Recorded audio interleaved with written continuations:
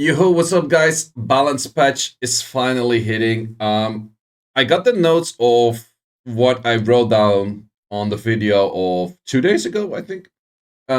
With my expectations on the balance patch. So the expectations that I had is not a big balance patch. Cookies buffed, slight RTA nerfs, siege focus, some random LD5 hella overbuffed, and some LD5 getting its 7th buff and still being shit. I already read the balance patch a little bit. I'm here with the Twitch chat as well, and we shall see whatever we get on the balance patch. And I've already kind of formed my ideas about it. And actually, a lot of the things that I mentioned are in here as well. So, first of all, Kiki. Kiki gets a slight nerf, and it's a very minimum nerf. So, absorb is 4% instead of 5. That's a slight nerf. That's not gutting anything. And the harmful effect rate of extra damage is 8% instead of 10. That's exactly actually what I mentioned. Just a slight nerf on the passive to not do like a sick way too much crazy damage as I thought it would be.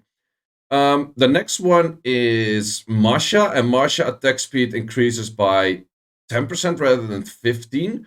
What I'm not 100% sure about, it stacks up to 5 times. Did it not stack before? Wait, let me double check. Or like, did it not have like a max stacking thing before or some shit? Like I thought it was, yeah, it was already 5 before. So what was 15, what was 75 at max now will become 50. I think not really necessary. I think she was not that OP, but it's fine. It's fine. It's nothing bad. Then we actually exactly what we mentioned and a bunch of other people also mentioned. Shizuka cannot do S2 on self, but therefore also Seimei cannot do S2 on self. That is a slight nerf to Seimei, but Seimei doesn't really care to do S2 on self because it doesn't do it all too much. Seimei, on the other hand, also gets a buff, now recovers 15% per harmful effect. That is an insane amount of recovery. Because if you put S3 recovery artifacts to it, let's say you have like a 20%, let's say you have 3 debuffs, 3 rebuffs, 45%, 45% with another 20 on top of that, that is a shit ton of healing. That's actually pretty nutty. Too bad that Seimei is still a passive totem and she doesn't do anything else, and because of that she's really a boring unit. But where she fits insanely well. We have a slight more nerf. So actually more RTA nerfs than I expected, but a decent amount. More instead of going for the absorb of 10 to 20%, it's going to absorb 10 to 15%. I feel like it's fine because it's less RNG that way, or at least less heavily RNG. Sure, it's a slight more nerf, but I think he deserves it. It's probably fine. Then we have the for some reason Ken also gets it because it's exactly the same skill. Rip Ken, once again. Ken should have gotten a slight nerf if he got, or should have gotten like a slight buff if he got nerfed like that. In my opinion. Then we have the fire. I also like it that they just put the units over here and don't write the line double right now. Technically, for Ken, the line is written double. But before they said Ryu, water, and then this, Striker, water, and then this. So at least they make it somewhat smaller looking rather than like, ooh, this looks like so much, but it's just double units. So I kind of like that they do that right now. So this one is 56 hits, duration of harmful effects, remove one beneficial effects on all enemies. And the 6th one decreases the cooldown of all. Okay, does that actually mean? I am not sure. I think I tested it before. Can you extend your Despair Stun? Let's say you Despair Stun on the 5th hit. Can you extend it on the 6th hit? So you could AoE stun with this as Despair. That's actually not bad, I would say. Doesn't seem too bad. I don't know. This unit is very underused. It's still a speed lead, so I don't think it's necessarily bad. It has speed lead, right? Pretty sure it does. Not 100%. Let me check.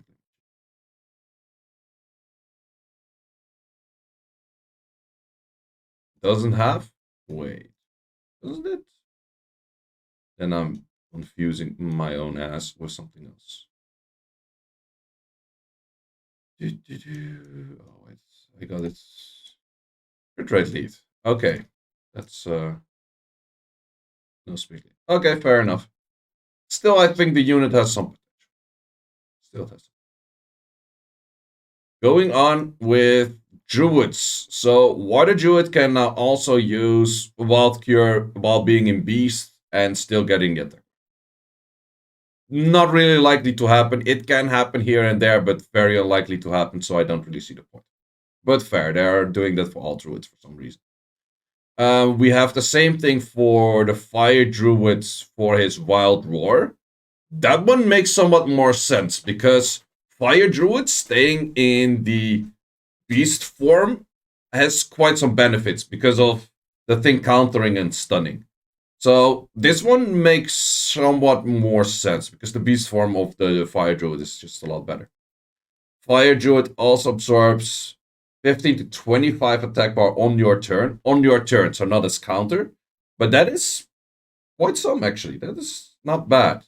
We also have it for the Wind one that it increases the defense. Well, in Beast form, no one really cares. This unit is so not used anymore. Then we have the one for the Volantis. Same thing. Also very unlikely you will stay in Volantis in the Beast form, I would say. Well, technically you could right now for counters as well. So I think it's not that bad. Volantis' chance of countering is now 40%. I think could have been down to 30%. In my honest opinion. I think Volantis is pretty OP and pretty broken. Yeah, Volantis is one of those I would say is one of the best. So if this would be towards like 30%, I would have been fine with it, but 40%, I'm okay with it. It's totally fine. We have that the Dark Druid now gets 20% attack bar granted while getting an inability effect. I think that should be higher. I think that should be like 25, 30. Because most of the time, this unit is not built that fast. Currently, you still have to build it pretty fast, and therefore you cannot really build it that much damage and still be, fast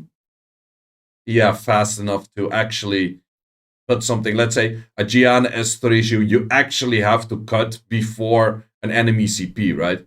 So is 20% attack bar enough? I'm not sure if that is enough, but it is a good step in the good direction, in my opinion. And then this one also, if you stay in the beast form, this one is actually somewhat likely to happen if because your beast form keeps healing every time you get a turn, so that's not bad. Then we have the fire one, shadow protect for one turn, nullifies the attack. Yeah, that was wait, what is changed? That was he already did that, or does he do that on a different skill right now? Because I thought he already did that shit on the S2. Maybe this is the S3. Did someone verify? It was the S2. So now this also happens on the S3. Okay, that's what I thought. That is pretty nice, actually. I think it doesn't make him great, but it is a nice addition.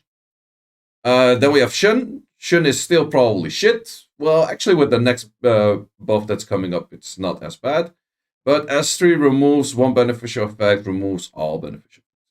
Makes a lot of sense, but it's still a super weird skill. Like, you mess up the enemy turn order, blah, blah, blah, that kind of stuff. Yeah, cool and all, but that really matters for just turn one. Plus, you have the outspeed on a slow unit that doesn't have speed lead. It's just, this skill would fit on a unit that has 120 base speed. This skill doesn't fit on whatever base speed he has. Like, if the fire with 120 base or whatever base he has, he has the high base, had this skill, I would say, like, yo, makes sense. But the wind one, no. He needs, like, the speed awakening to make sense, I guess. It's Zen, not Shun. Sure. Yeah, we have Sun, Shun, and Zen. Names. Okay, then we have Shadow Tie. Something that Shadow Tie should have always been doing, which is their S2 that locks and target, and then you can ignore defense on it, and also like AoE hit and whatever right now. You get 100% attack bar after using this skill. That was supposed to be in there from the start. I think it's a very good buff, but you have to keep in mind, you still need to land it. You can get this skill resisted, and if there's just immunity, you can't land it. So is this necessarily OP? No. Is it pretty freaking strong? Yes, because this thing can actually do a pretty good amount of damage. We got a primer from Hater SW. Appreciate it. Then the next nerf, which I actually did not really expect, but they're completely removing the extra damage that the impulse gun does on Oliver. So they're pretty much gutting the full damage potential on Oliver and just make him a cooldown CC unit, which also means that if you're still running your Oliver on crit rate or crit damage, probably you don't want to do that anymore, and tanky Oliver is the way to go, it seems like. Then we have Daniel. Stuns all enemies for 1 turn with a 50%. Fuck 50% chances, man. This is just straight up shit. Like, ooh, you can stun or not. No, that doesn't improve anything. Fuck that unit. That doesn't help. Then we have Theomars. Increase your attack power by 2 turns when you receive fatal damage from... That comes straight from Chronicles. I'm not gonna lie. I'm pretty freaking sure in Chronicles, if Theomars dies, he gets attack buff. I don't have Theomars in Chronicles. Thanks, Spire, for the raid, by the way.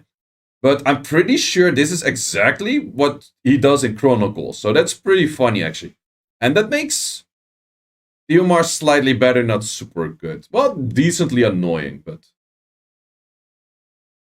then we have the Wind in the Dark one. They decrease attack bar by 50% if not stunned after the attack. Oh, wait.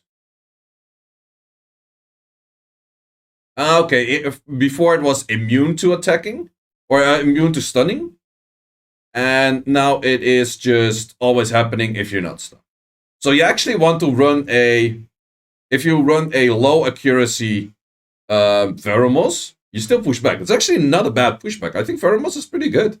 Veromos is getting better and better. I kind of like it. We got Tempests. Ooh, wait, this is interesting.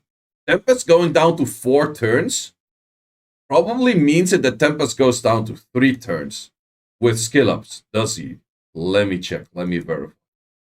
Some PvE stuff. Birdie. This skill, yes, he goes down to 3 turns. 3 turns means you can use it in wave 1, and you can use it in wave 3. This has potential to one-shot things. So this actually has a lot more potential for PvE implementations right now. Because you can actually one-shot wave 3, you can one-shot wave 1. So I'm thinking like SF10, maybe even Giants 12. He resets on kill. Oh fuck, he already did. Never mind, I don't know this unit, it's too early for me. Still, shit unit. I'm not even sure if he can one-shot. Like, I asked Genesis Prime if he could one-shot, and... I don't know, I don't have the unit built. I think it might, but it's too early. We continue on with actually important things. Fuck that shit unit. Doesn't change. We continue on with a Dominic change. This one is slightly strange for me, and that's just because it's 2 words and too many words, and it's too early. But instead of doing 100% or 200% extra damage, you do 100% extra damage. But you add another 100%, so back to your normal 200% if your HP is above 50. That means the absorb is gone if you're above 50. And if you're below 50... Yeah, so if you're below 50, it does the recovery, but you only get 100% attack. And you don't have the absorb anymore. The absorb is actually something that made it pretty freaking strong. So...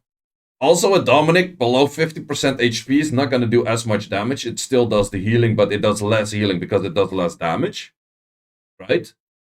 The absorb, 30% was a lot of absorb because that's not just you getting 30%, but it's taking 30% and you getting 30%. So I think the Dom nerf is pretty hard. I don't think you will see it on, what's it called? I don't think you will see it on Siege Defense that much anymore. I think as a one-shot comp in Siege Offense, it's still going to be the same because you still do 200% when your HP is higher. So, same healing because he heals 100% of the damage right now. Okay, fair enough. Fair enough. But, hmm. It's a good nerf, I think. For a lot of people that are hating on Dom, I think it's a good nerf, but it does only 100 and not skill with 200 on heal. Yeah, I guess so. But yeah, I guess it's a nerf people would like to see, but Dom is, I think, mainly on siege defense. That's where he's getting the hardest nerf, and he was already not that great anymore there. In RTA, I think he's still fine, but the moment he drops below 50% HP, his damage output is going to get lowered a lot. But then again, he was like literally, if he had a very strong Dom, he was pretty much one-shotting fire units, which, if you take the first turn, he still can do, I guess. Then we have the light one, and it has an extra effect that additional damage will always ignore defense. That makes the light one pretty freaking strong, doesn't it? Always ignore defense? Oh, Benedict? Damn. That sounds pretty freaking strong. Because this will be the only unit in game that ignore defense on every skill. Always. That's quite a something. I think Benedict will be pretty nice now. Then we have the Candy Cane, increases the enemy cooldown for 1 turn to 2 turns. I think it's still a shit activation rate. It's... I don't know. It's like... I don't know what percentage it was, but it was something shit. So I don't know. We have the Shield Bash, which is the S1, if I'm not mistaken. Decreases defense buff for 2 turns with a 40% chance. That is not bad, but let me actually check what is the up rate of that. Because if it has a shit up rate... Okay, that goes from 40 to 65. That's a decent amount because you also do like the counters and that kind of shit. That is 65% is a decent amount for 70? 70. Sorry guys, it's fucking early. Oh man, it's too early. I shouldn't do fucking, but why do they release this in the fucking morning, man? I'm not a morning person. Fuck mornings. Like anyone who says like, yeah, I'm happy in the fucking morning. Fuck you. You can't be happy in the morning. Mornings suck. It's 10:30 a.m. Exactly. Mostly I've been going to bed at this time more often than waking up. Not gonna lie. Wasn't it 80?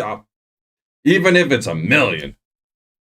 You need more coffee. I never drink coffee because if I start drinking coffee, I can never go without coffee.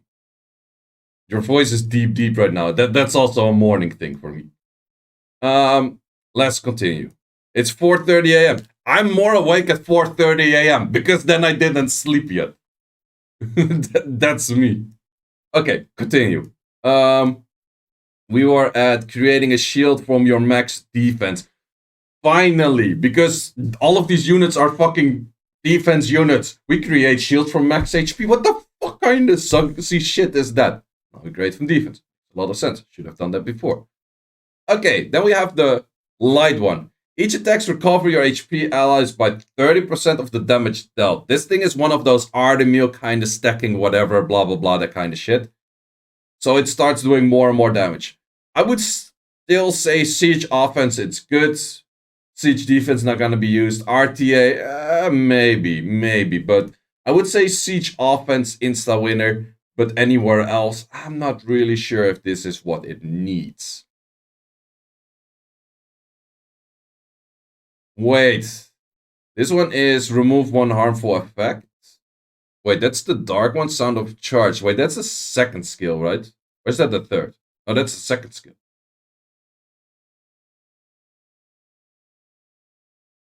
Increase your defense for 3 turns. Become immune to harmful effects or immunity for 3 turns. What, you gonna give immunity 3 turns on a skill too? Yo, give me a gram of what this guy was using. That sounds busted. Like, I'm not gonna lie. Give me a gram of what this guy was using because that makes you up. Like, what the fuck? That sounds pretty fucking busted, not gonna lie. Well, it's still skill 2 and it doesn't cleanse anymore. That is S3? This is S2, right? No, it's the cookie, the hollyberry cookie. Isn't it a big nerf for water? I think it's pretty legit. Now the dark one can give invisibility and it can give immunity and defense buff. That's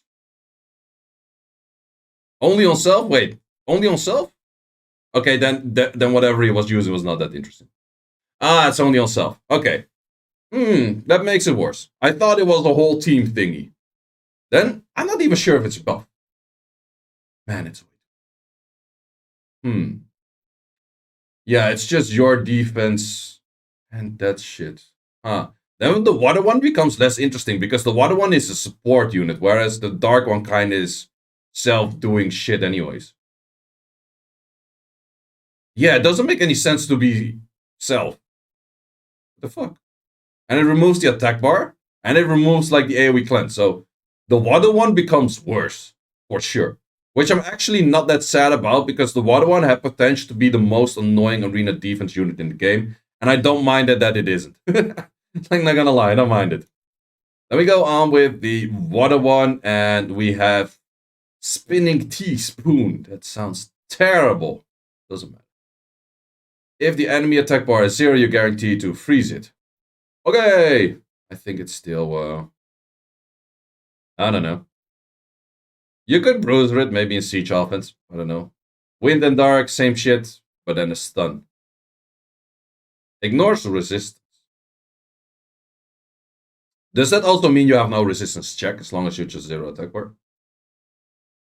Yeah, maybe. We have the fire and the light one. That is 40% and 10%. It's just some... Doesn't do anything. Doesn't do anything. We have the dark one and evens out the attacks them afterwards. This skill was so shit, and I'm not sure if this is going to make anything really useful right now. That skill was actually very shit. One of the worst skills, like of all of the cookies combined. Then we have a Sylphid Awakening. Decreases the effect of skills, decrease the attack bar, but what the fuck kind of wordy shit is this? Decreases the effect of skills that decrease the attack bar of your... Wait, so it means that a CP, rather than 75%ing pushbacking, it is doing that 20% less? Is that what it means? That is weird and shit. Because it doesn't fit the whole rest of the kit of this unit. Like that, I like the idea, but on different units. On this unit, I don't know. It's kind of weird. So yeah, CP goes to like 60%. That's weird. Well, we have a next buff that actually heals 25%, which is not a bad amount because this rate probably gets upped a bit as well. But it starts to become a decent healer, I guess. But it's not sure if it's that great, like the whole combination kit. I feel like maybe some siege offense. That's the only thing where I could see this being used. Then we have the next one, which is Horus, which is also the DA version. DA version is also getting the Desert Wind. Just didn't fit in here and they were too lazy to put an extra line in there. Doesn't matter, that's fine. Skill cooldown from 5 to 4. I want to see if that makes it 3 or that makes it 2 because of the normal skill cooldown from skill ups that it already has. Because that part is pretty important. It goes down by 1, so it becomes 3. That is a good amount. That is legitimately how to English, or how to speak in general. That's a good amount. 3 is nice.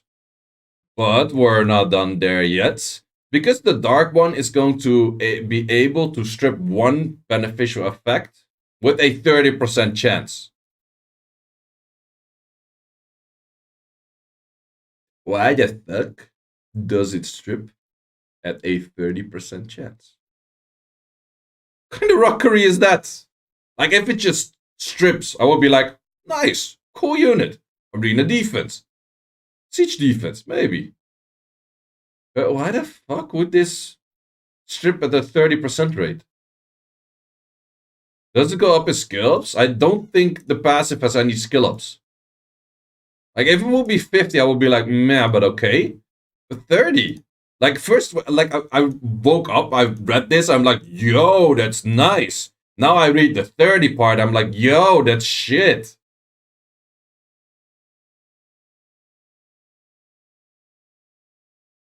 $30? What the fuck shit number is that? I don't know. You can still maybe put it on AD. Ryu is 20, but Ryu is multi-hit. Yeah, no, that's just weird. Like, what the fuck 30? Like, fuck 30.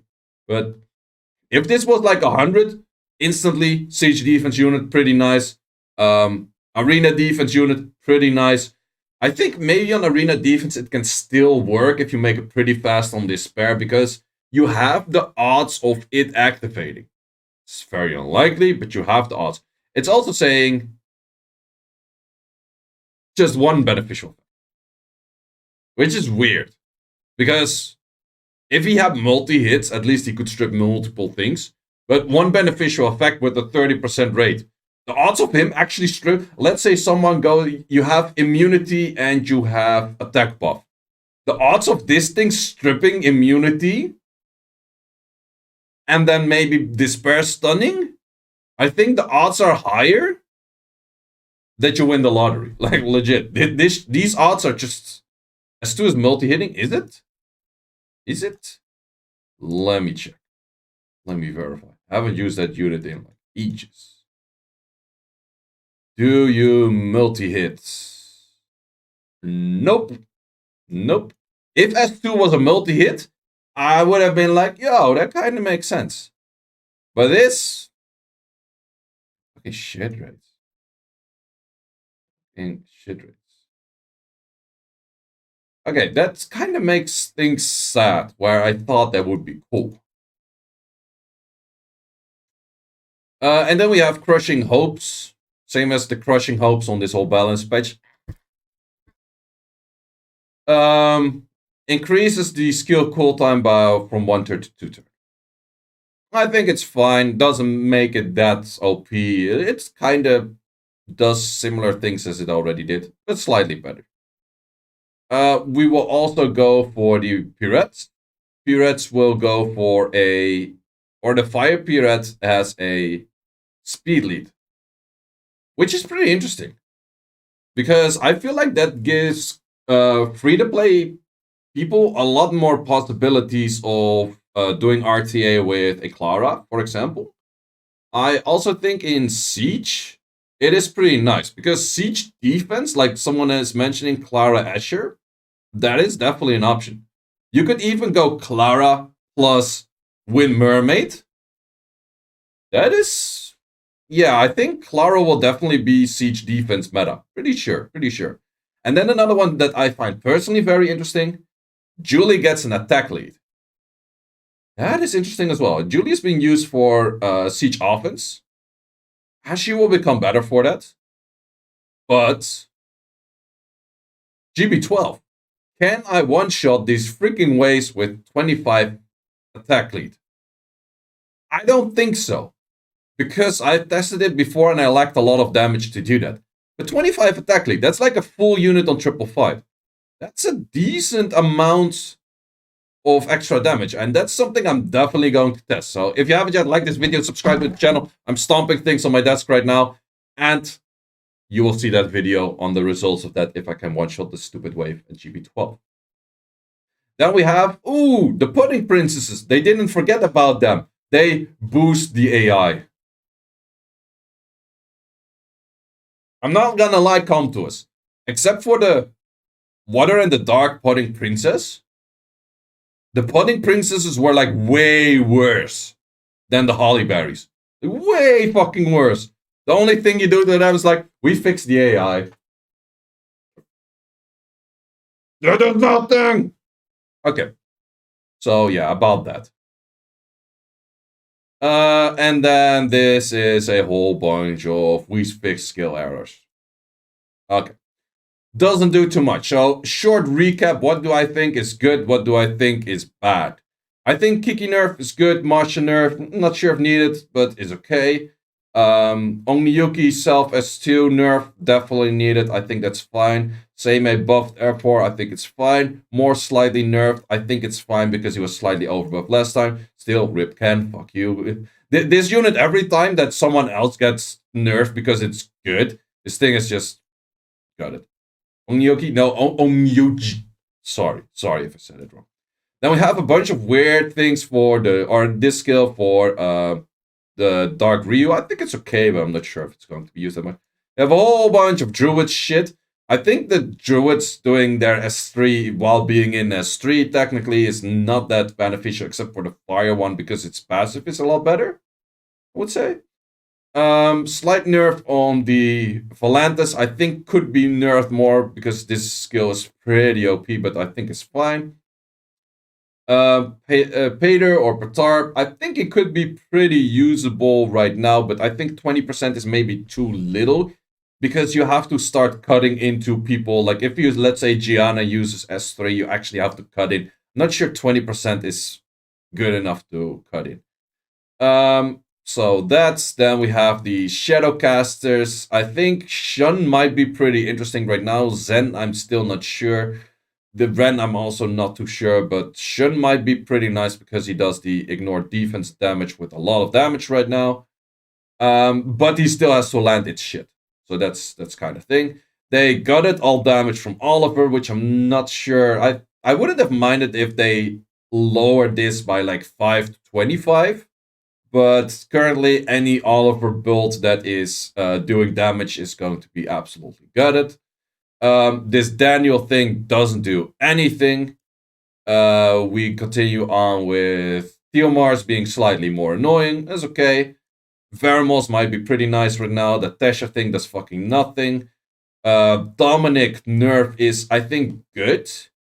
But Siege defense, Dominic is pretty much not that interesting anymore. Siege offense, he's more or less still the same thing. RTA is slightly worse because of no attack bar decrease, and the moment he drops below 50%, it's pretty much a lot worse.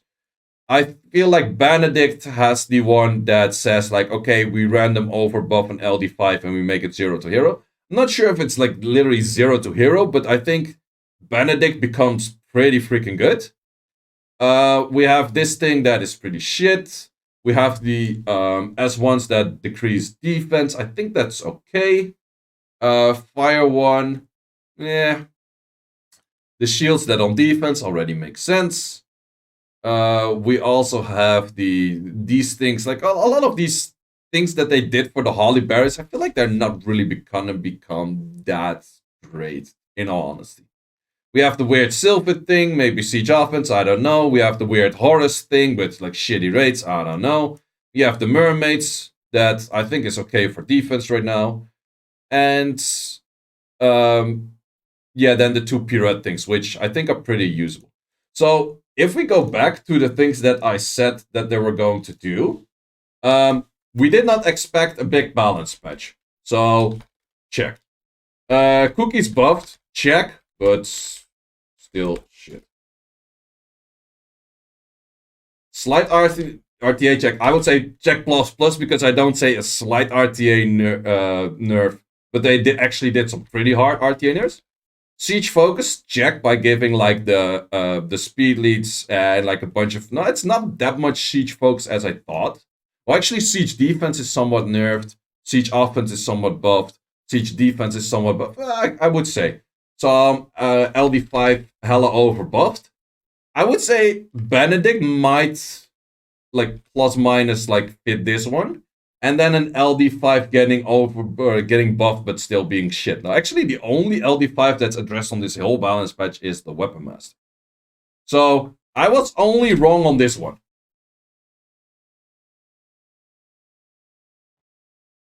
Dark Ryu. Yeah, true. Oh yeah, no, you. I was check. Dark Ryu and Daniel. True. They actually buffed shit units. Like Daniel's like the 7th buff, and he's still shit. And Dark Ryu is probably also the 7th buff, and he's still shit. So we predicted the whole balance patch 10 out of 10. Woohoo! Where's my prize pool? Okay, I get nothing for this shit. Either how. Patar is still shit. I disagree on that one. I think Patar is pretty nice. Yeah, okay. The cookies, they did like half of the fucking family. That's very true. So yeah, that's it for balance patch. I don't think it's a bad balance patch. I think any balance patch they will give, people are going to say shit balance patch. Why? They didn't buff my units.